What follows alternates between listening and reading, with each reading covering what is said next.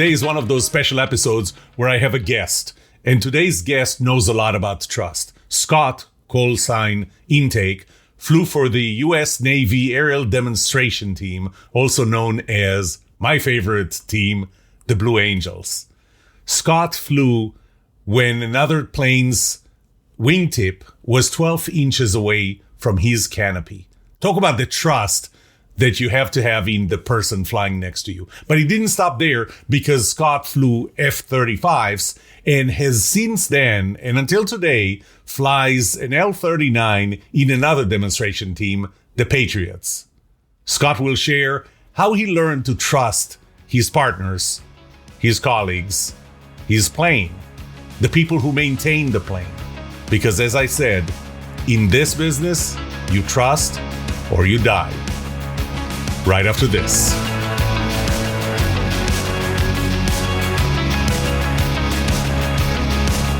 Welcome to The Trust Show. I'm Yoram Solomon, your host, the author of the Book of Trust and facilitator of the Trust Habits Workshop. My mission is simple. I want to help you form habits that build your trustworthiness, because the answer to this question will have the biggest impact on your personal and professional success or failure. Can I trust you?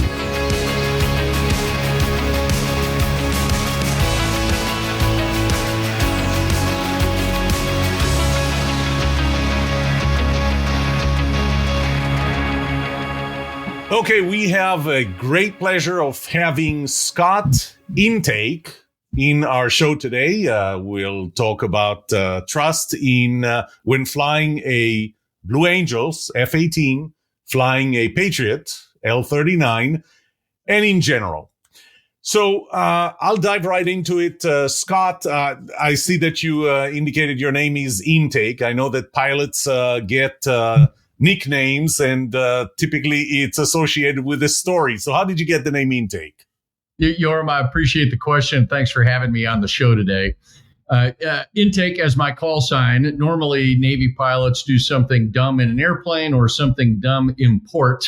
And so mine is actually neither of those. If I turn to the profile, I have a big nose and I take in more than my fair share of air. So intake is the part of the jet engine that sucks in all the air. That's how I got intake.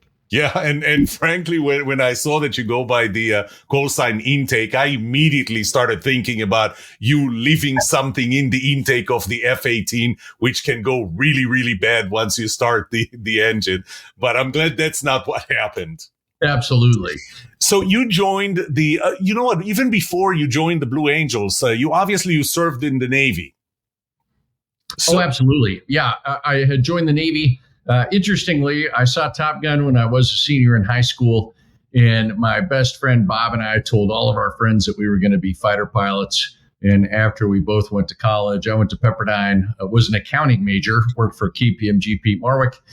And we both decided that we would join the service and try to pursue that dream of becoming a fighter pilot. Okay, so we're not going as far back as an officer and a gentleman. Well, I went through aviation officer candidate school, much like Richard Gere, an officer and a gentleman. That's how I got my commission and joined the Navy in 1992, actually the fall of 1991. Started flight school and did my first operational tour in the F-18 over in Japan. Forward deployed at NAF at Sugi, Naval Air Facility at Sugi on the Independence, and then was a flight instructor in the F-18 with the Marine Corps down at Marine Corps Station El Toro, and then subsequently Miramar. And from there, I was selected to the Blue Angels in 1999. Just kind of a quick recap, but the Blue Angels was just part of my 22-year Navy career. It was 3 years of that period. Right. And people don't necessarily know that you don't spend your entire service in Blue Angels. You only get, 2 or 3 years, 2 flying and 1 training?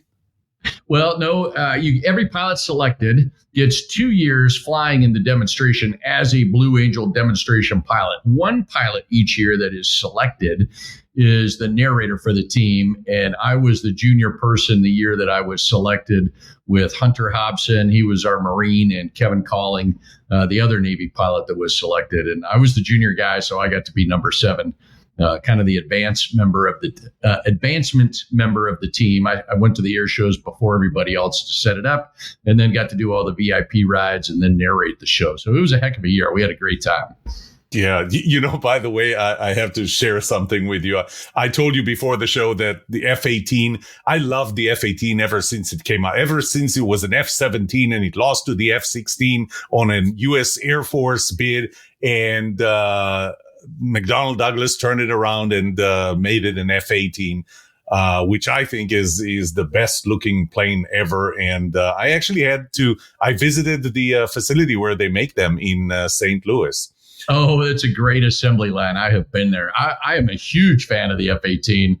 Yeah. I've got 4,000 hours in the F-18. I have spent a lot of time flying that airplane, and I think it's incredibly capable. It's funny that, how people have their bucket list. My bucket list only had, for a very long time, one item. And I'm saying a very long time, that's including now. It's not a place in the world where I want to sit in the back seat of an F-18, landing on a carrier and taking off from a carrier. That's it. That's the only thing. Don't know how I'll ever do that, but that's the one thing on my bucket item. Oh, that's great. It's a good goal to have. Maybe you need to call the Navy recruiter, Yoram, and see if they can get you into flight training. Yes, definitely, because they typically recruit 58-year-olds. Yeah. They're going to put me on a very old plane. So you started with the Blue Angels in 1999. We actually moved from Israel to U.S. and essentially in California in 98, late 98. And in 99 was the first time in Fleet Week that we saw the Blue Angels. That was amazing. I've never seen anything like that. But in 2000, we saw them every year. I mean, I see them here in Texas every time they come. But in 2000, I'm going to guess that I saw you fly. You very well could have seen me fly if you were watching the show during Fleet Week. Yes. Then you would have seen me. At a minimum, you would have heard me as the narrator in 2000. I don't know how long you were in San Francisco, but it's such an iconic show site. Yes. And the Blue Angels are there to certainly represent our maritime services. And who gets to fly like that over San Francisco? I still pinch myself having had the opportunity and still getting to do it with the Patriot jet team. But absolutely. And just as a sidebar, I am headed to Tel Aviv the first week of November to go spend a little bit of time in Israel for my second time back. I'm really looking forward to it. Oh, that's cool. I've just been there, and my wife just been there. We actually go at different times. But, when you flew in, so we saw them every year in San Francisco until 2003. 2003, we already moved to Texas, but we came back to do a few things in California during Fleet Week. So we saw the Blue Angels one more time there and every time here. But you made my daughter cry. I mean, you may not know that, but when you go over the audience at low speed with full throttle, I get excited. My daughter started crying. My older daughter started crying. Younger was not born yet. And so, by the way, she says hi. Oh, fantastic. Please tell her I apologize that we made her cry. And it wasn't on purpose. It was just the noise of the airplanes, I am sure. So let me go to the topic of this podcast. And the topic is trust. And the first question I have to ask you is, there are pilots. I fly planes. I flew in San Francisco over the Golden Gate Bridge with a Piper Cherokee, not with an F-18. So, it doesn't matter how much you push the throttle. You don't do 500 knots. You don't break the sound barrier. But flying in the Blue Angels and now in the Patriots and for my audience, Patriots is a demonstration team that flies L-39s. And I'll ask you about the L-39, but I have to ask you, do you have, because when you fly a Blue Angel, how far is the wingtip from, if you're number 5, but still when you fly the Delta formation, how close is the wingtip of the next plane next to you to your windshield? to your canopy? The short answer is at the end of the season, which is in November of each year, it can be within a foot, within 12 inches from wingtip to canopy. Yes. And so it's really, really a tight formation, which is the foundation of trust. And so the interesting thing about the team, I had mentioned getting selected with Kevin and Hunter. We hire 3 new pilots every single year to the 6-ship Delta formation. And so for 77 years, the Blue Angels have had this incredible culture of excellence that is founded in trust and respect. And that we do that through the debrief. And the only way to debrief effectively and have the opportunity to build that foundation of trust and respect is being able to acknowledge your own mistakes and errors and or deviations from the standard. We call it safeties. So after a flight demonstration in the debrief, I would say something like, I'll take a safety in a high performance climb because I rotated too slow and or pulled down in the split S too low and I was 50 feet too low and I was 20 knots too fast. And by self-identifying, I am acknowledging to the others that I make mistakes, but that I am absolutely willing to learn from them. I am willing to have no ego whatsoever and take the feedback from everybody else on the team. And that's how year in and year out for 77 years, the Blue Angels have been the world's greatest flight demonstration team by foundationally building that trust and respect through the debrief process, and that's all embedded in the culture. That's how we get 12 inches wingtip to canopy separation at the end of the year, because we have gotten as good as we can get flying. And then right at the end, we shake hands and say, what an incredible season. We had a great time. Bring us 3 new pilots, and we will make them the best in the world as well through trust and confidence.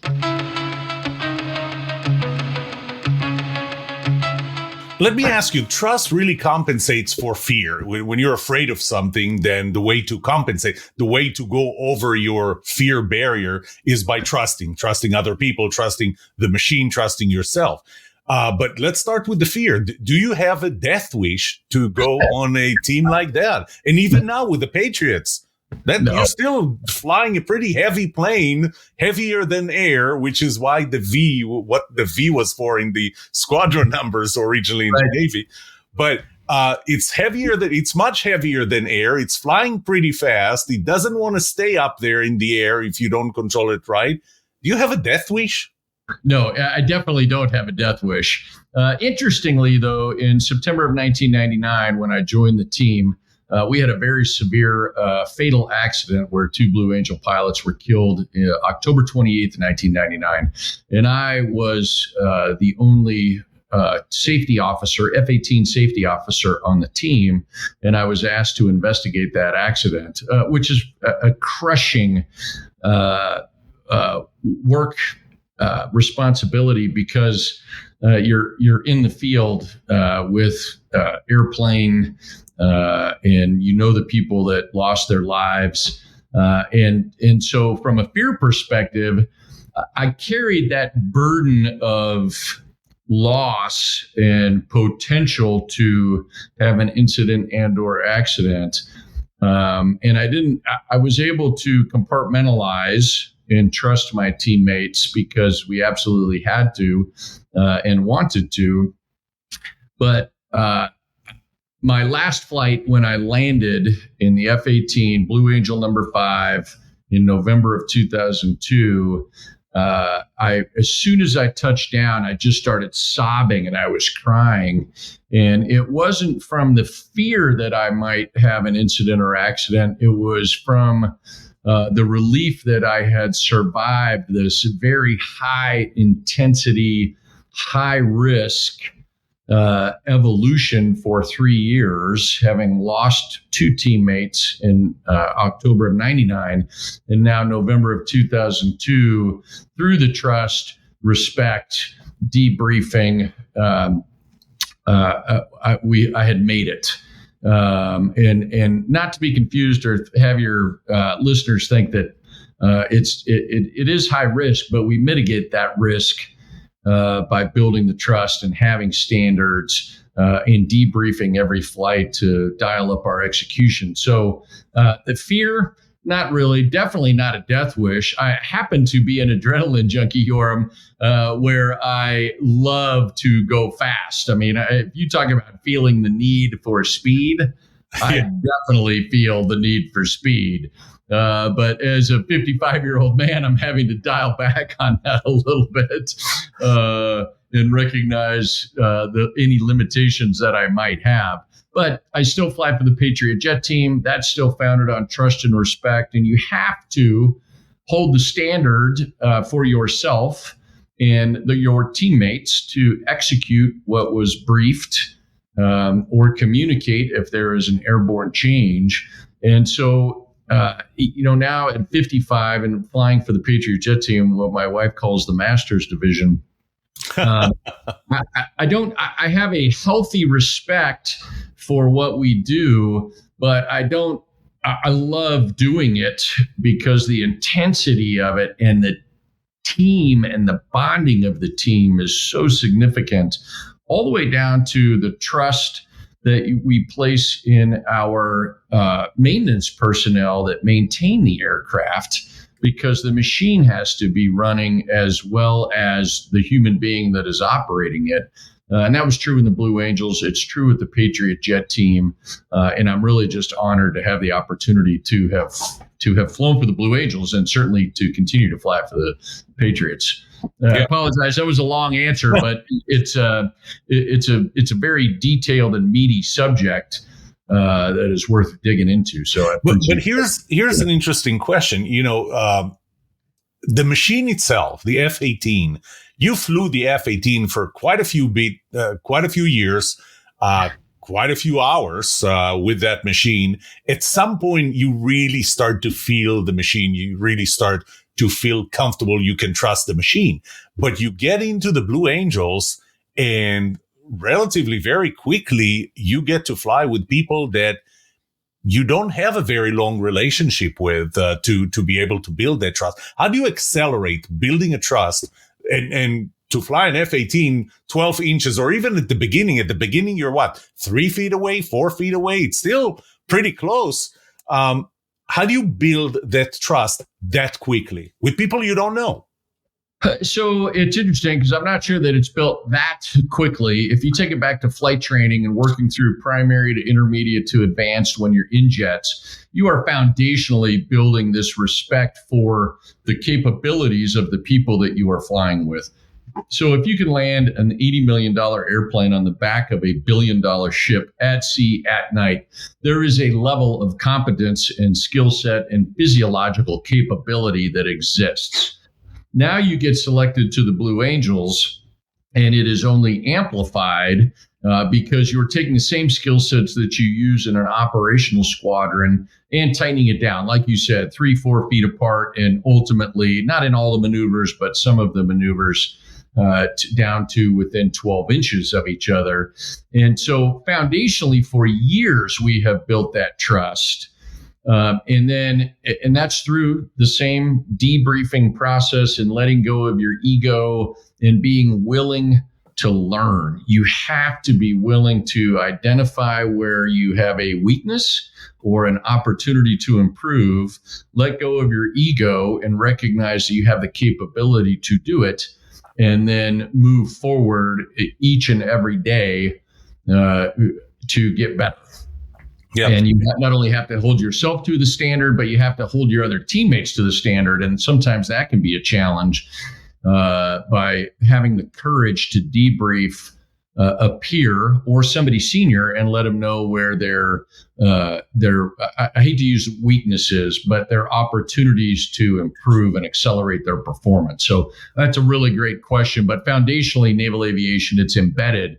We just dial it up a little bit with the Blue Angels, certainly. Yeah. Actually, I would disagree with you that there are weaknesses. I have weaknesses. You have weaknesses. Everybody has weaknesses. I think we're being a little too sensitive these days. We don't want to use the word weaknesses. We're going to call it areas for improvement where, in fact, we may have weaknesses. But I heard two things in what you said. One was that, yes, you didn't know those people that all of a sudden you're going to be flying 4 feet to 12 inches away from. You didn't know them, but that trust was transferable from the fact that you knew. I mean, nobody comes out of the Naval Academy into a blue F-18 with yellow numbers on them and starts flying the Blue Angels. So you knew that the Navy took those pilots through very rigorous process and training, and they got to a level of proficiency that you're making the assumption, if I'm going to be flying next to somebody like this, I know that I can trust them even if I don't know them yet. Is that a fair assessment? Yeah, and occasionally somebody that will be selected to the team because they have the social skills to travel with the team 300 out of 365 days, which is really important because we socialize a tremendous amount together. Some people just don't have the physiological capabilities to fly with the Blue Angels. It's rare, but it happens. What's interesting, having gone through the interview process, the first year I was not selected to the team, but I specifically remember a question that I answered in the interview where I wasn't fully truthful in my weaknesses, to your point, in my shortcomings as a pilot. And the following year, I was asked the same question, and I answered it truthfully and honestly and shared my shortcomings as a pilot. But I also shared what I was doing personally with my physical skills and my mental skills to improve on those weaknesses. And because of that vulnerability and that relaxation of the ego, I was able to, I was selected that year. And so what the team looks for is people that are have the reputation as good pilots, but also have the willingness to be better day in, day out, and hold themselves accountable to the standards of the Blue Angels.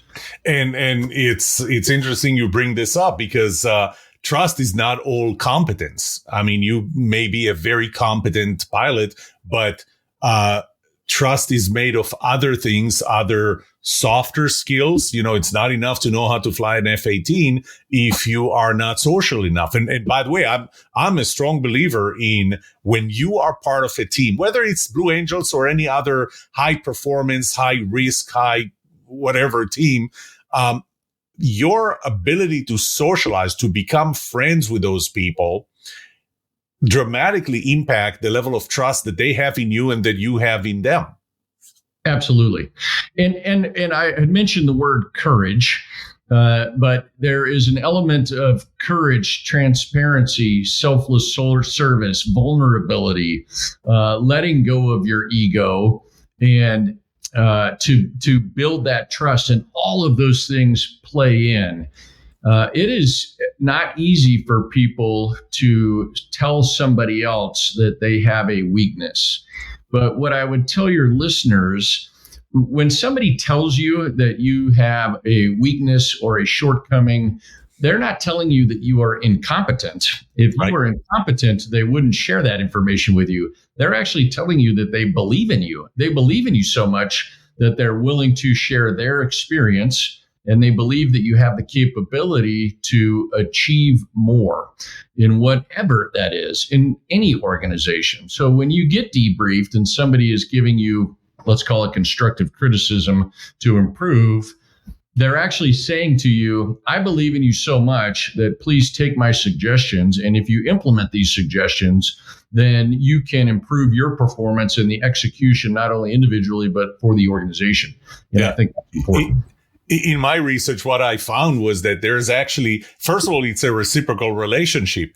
If I trust you, I am, and these are the numbers that I found. If I trust you, I am 240% more willing to be vulnerable with you, to admit to my mistakes, to my shortcomings, to my weaknesses, 240% more. And guess what? If I'm willing to do that, you trust me more because, you know, when somebody tells you that they're perfect, they will not admit to their mistakes.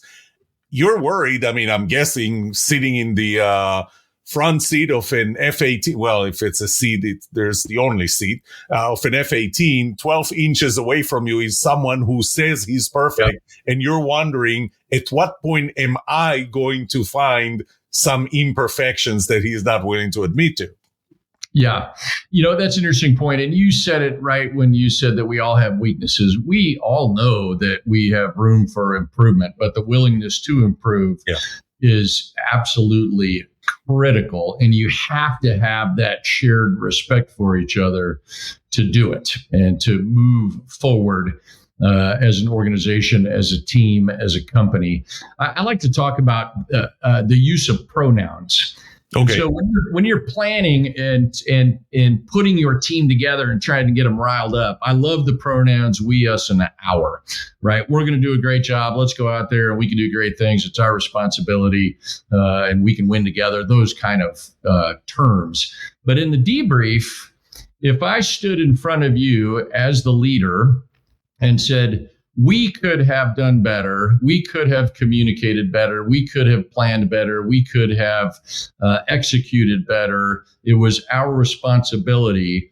I'm pushing blame on you, and that's what you hear. But if I stand in front of you and say the exact same thing with individual pronouns, I didn't communicate enough.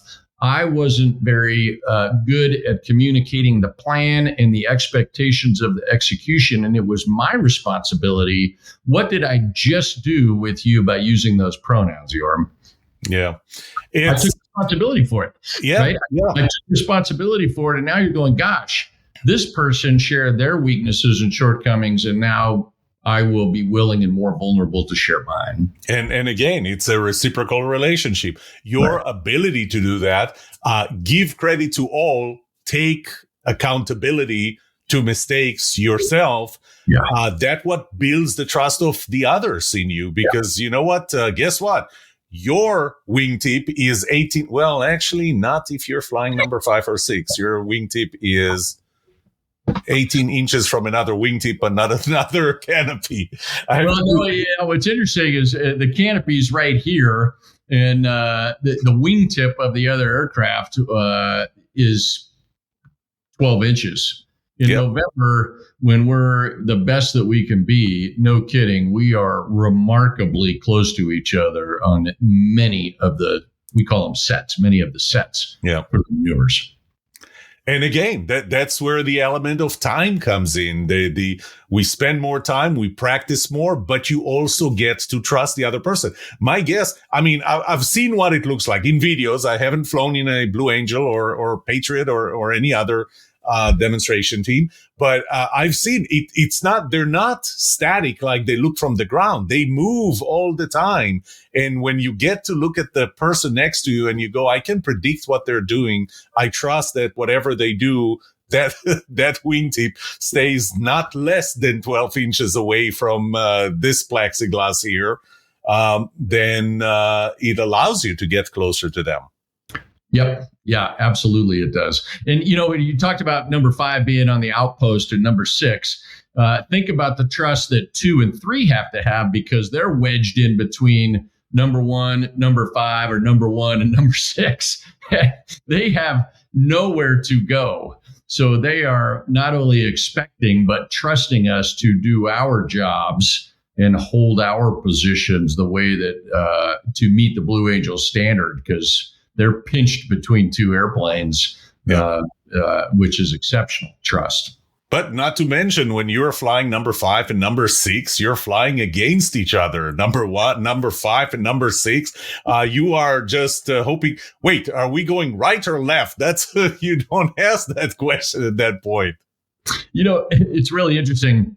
Randy Howell flies the number 6 jet for the Patriot jet team, and I fly the number 5 jet. So we do opposing maneuvers also. And Randy and I have so much trust in each other, especially having flown together in Maverick and with the Patriot jet team, that Sometimes he will bring what we call the crowd. That's the separation of the two airplanes that are opposing each other. I will think, gosh, he said that he sees me, but it looks like he's aiming right for me.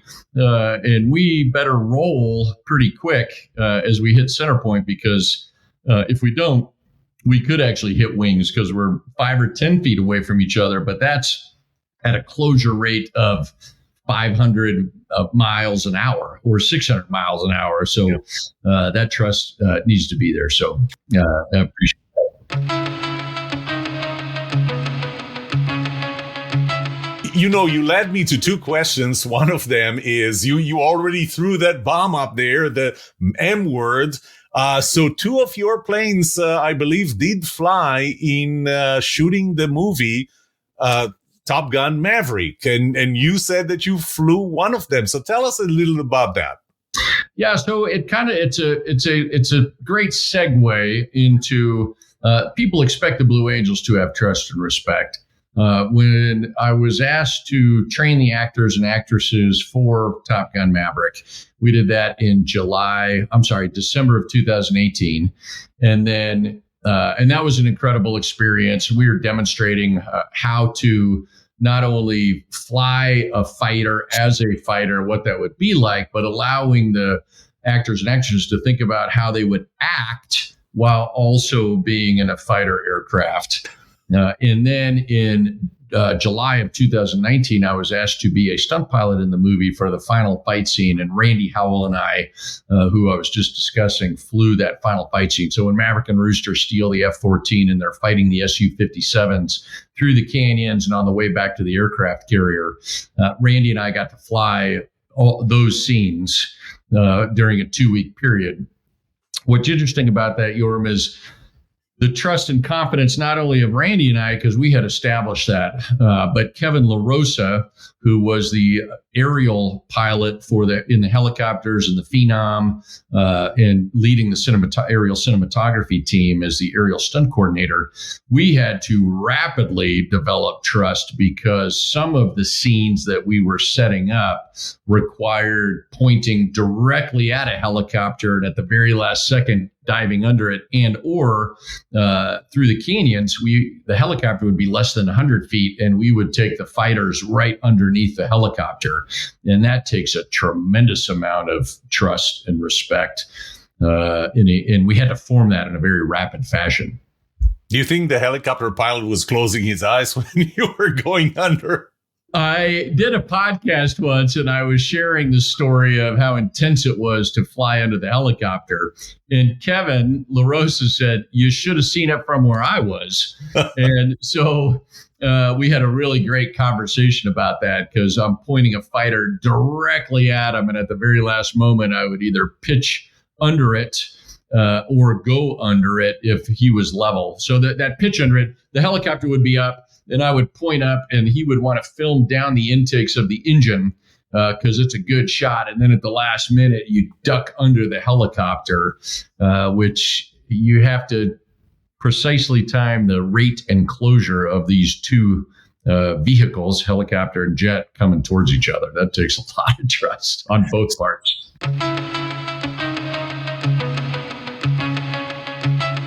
So we talked a lot about trusting other people, trusting other pilots. Let's talk about trusting the machine. Sure. You start with an F-18. Did you fly Super Hornets as well? I was all Legacy Hornets, so A, B, C, and D variants, but vice the E and the F variant. Yeah. Okay. So you flew the Legacy Hornet. Then you fly an L-39. An L-39 is a Czech trainer used by the Soviet Union back in the time to train their pilots. And then, well, actually not then, but at some point in the Navy, you were flying F-35s. Right. So the interesting thing about trusting the machine is the men and women that work on those machines, because none of this happens without people.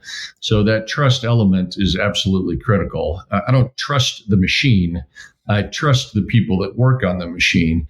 And so in aviation, we always pre-flight the airplane to ensure that it is prepared correctly. What is fascinating about the Blue Angels is we don't pre-flight the airplane. We trust that the mechanics and the maintenance personnel have prepared it, pre-flighted it, and that aircraft is ready to go. And that is a very unique element to the Blue Angels because in every other Navy unit, we pre-flight the airplane, get a chance to look at it, kind of quality control the work. But there's things that are done inside the airplane that you have to trust that it's done correctly and with the trust and knowledge that the people doing the work are doing their very best work in accordance with the standards and the manuals in doing it correctly. So there's a lot of trust. And I'm guessing that the trust you have in the mechanics, the ground crew, that trust probably starts with a transferable trust. You trust because not everybody gets to be a mechanic on the Blue Angels either. It's not like, oh, I just finished mechanic school, I'm going to the Blue Angels. You have to trust that they went through a certain rigorous process that will make it them trustworthy. But over time, it starts balancing towards now you know them personally, and you know that you can trust them. It shifts from the what you know about them without knowing them personally towards knowing them personally and trusting them because of the personal knowledge and acquaintance with them. Is that a fair assessment? I think that's true. And I talk a lot when I talk about leadership about valuing and respecting the employees and the selfless service that is required. When I was in the Navy, I would talk about the selfless service up and down the chain. It was my responsibility as a commanding officer to serve all of the people in the unit.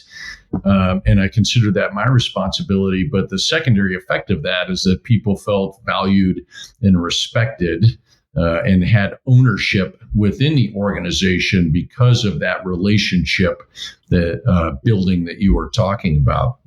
It's absolutely critical.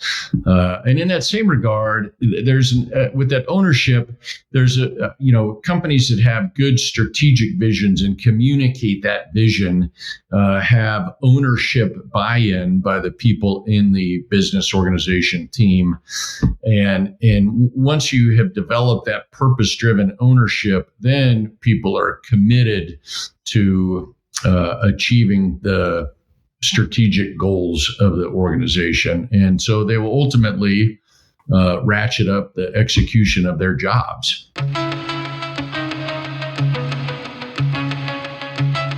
And so that actually leads us to one of the last questions I have. But before I get there, you're involved with the Blue Angels Foundation. Yes, sir. Okay, tell us a little about that. I mean, I know that just recently a Charity Navigator gave it 100 out of 100, which means that you can really trust that organization to use their donations for good. Tell us a bit about that foundation. What does it do?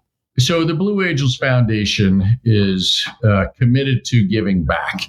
And I was asked to be on the board of directors back in 2021. And so our primary mission right now is to prevent veteran suicide. And much like saying weakness, some people don't like to use that term. People get a little uncomfortable when you talk about suicide, but there are 17 veterans and 5 active duty members on average that are taking their lives each day. And the people might say, well, they need to go to the VA, the Veterans Administration, but that's a government entity, and people are concerned about admitting that they might need some help mentally and or physically because they don't want it on their record. And so the Blue Angels Foundation provides funding to Emory in Atlanta, who can provide anonymous and continuous counseling services along with UCLA. We're currently trying to work a program with Johns Hopkins where we use the juggernaut brand of the Blue Angels to drive funding that we can then distribute to behavioral specialists that can get the veterans the help that they need and raising awareness to it. So that prevention of veteran suicide is critical and it needs attention. So I appreciate you you let me talk about it because people need to be aware of it, not afraid of it, but acknowledge that it exists and that there is something that we can do about it. And then another project that we're deeply involved in is transitional housing. So as our armed forces members get injured and need a prosthetic or a service animal, normally they would leave the hospital and then go right to their home. But they haven't learned the skills to work with their prosthetic, maneuver around the house, operate a wheelchair, integrate with their families, work with their service dog, whatever their specific need is. And so we have worked with Freedom Station in San Diego to help fund transitional housing where there can be multiple veterans living together, going through the same challenges that are inherent with those physical and or mental disabilities that they have, and they can work together to learn to live again before they go home to their own residence. And so both things that I'm very, very proud of and proud of our accomplishments. And I'm grateful, and I'm sure that a lot of other people are grateful for the efforts, the Blue Angels Foundation and you specifically.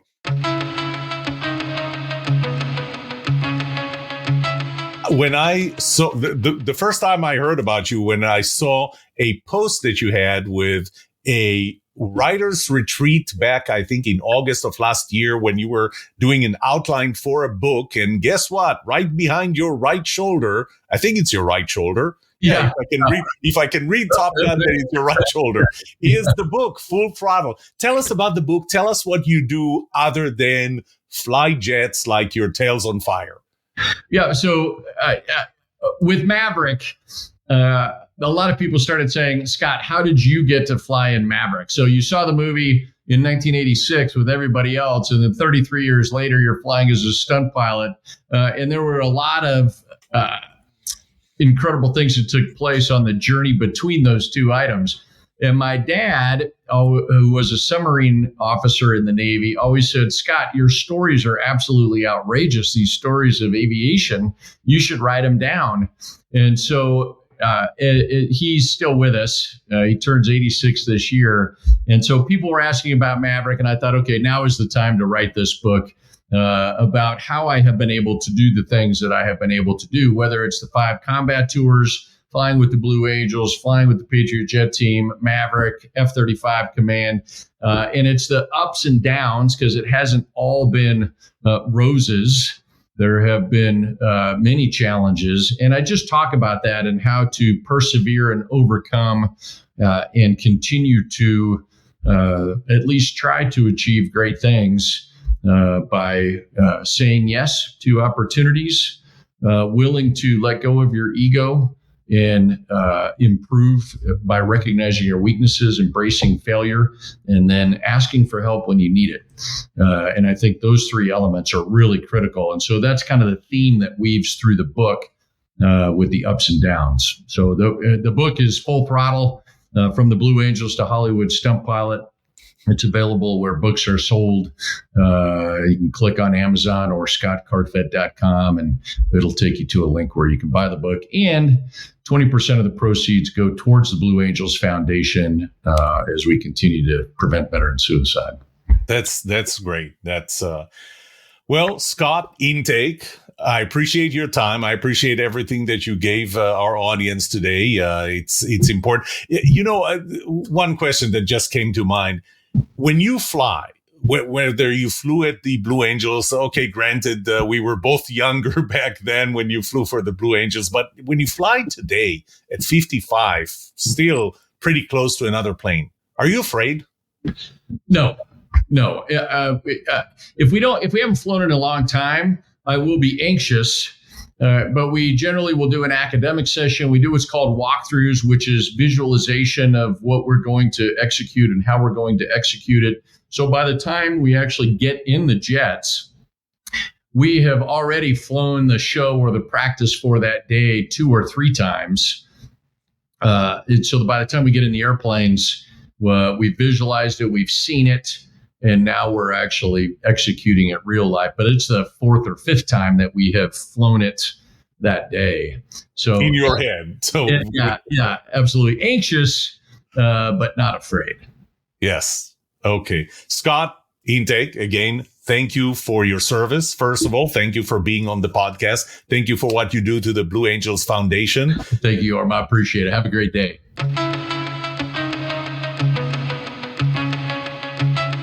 I could have talked to Scott for another 2-3 hours. But as you heard, Scott does not have a death wish. Scott took risks that very, very few people will take. But he did that because he trusted the people next to him and the people on the ground. I hope this was helpful. Until next week, may trust be with you. This is The Trust Show.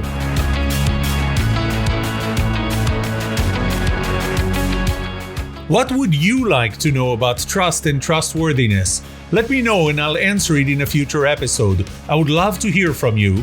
Email me at yoram@thetrustshow.com. If you like this episode, subscribe to the show so you will automatically get notified when I release a new episode. Rate it. Write a review for this podcast because those ratings help not only you, but also others looking for podcasts just like this. If you're looking for more resources to learn about how to build trust, be trusted, or know who to trust, look up my workshops, online courses, books, or go to my website, trusthabits.com. And remember that the answer to these two questions will have the biggest impact on your personal and professional success or failure. Can I trust you? And can you trust me? Thank you for listening or watching The Trust Show.